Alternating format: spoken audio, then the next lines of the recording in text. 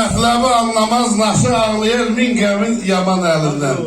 Könlüm zirvələrlə görüşmək istir, yol tapa bilmirəm duman əlindən.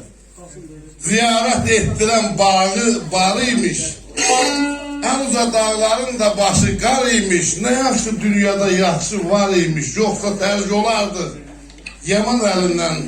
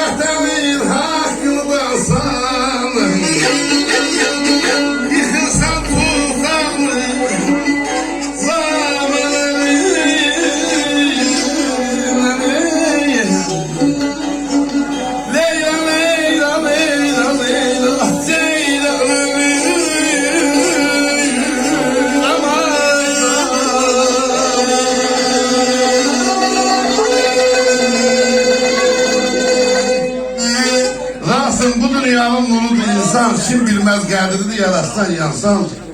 Sen elin vətənin haqqını dansan, yıkılsan tutar mı?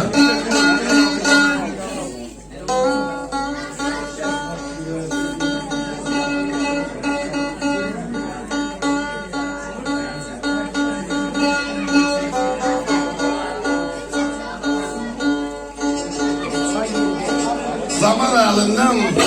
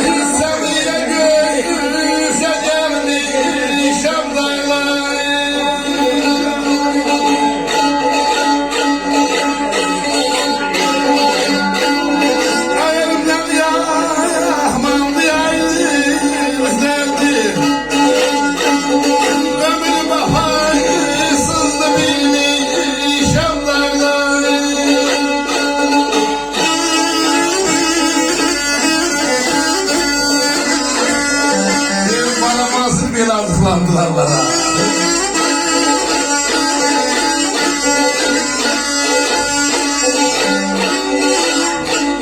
Dünyanın ilgarı mənə bəllidir, səninlə görüşə gəlmişəm dağlar. Ölümdən bətərdir, ayrılıq dərdi, ömür vəfasızdır bilmişəm dağlar. Göz açdım, baxdım bir seyrəngaha, ürəkdən ah çəkdim, batdım günaha. Gelip zamanlığım qozayam daha, əlimə hasarı almışam dağlar.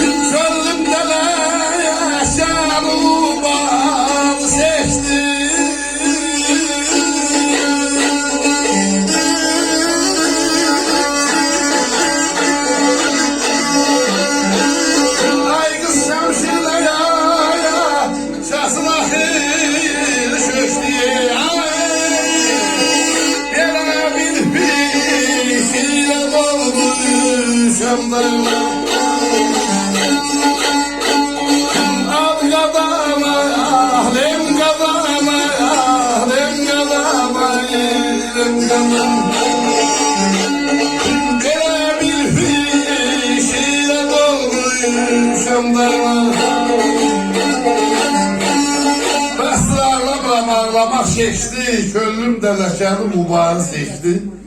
Şəmşirin əsasında axırı köçdü. Belə bir fikirə dolmuşam, dağlar, eşq olsun, öpürəm, qahab necəsən?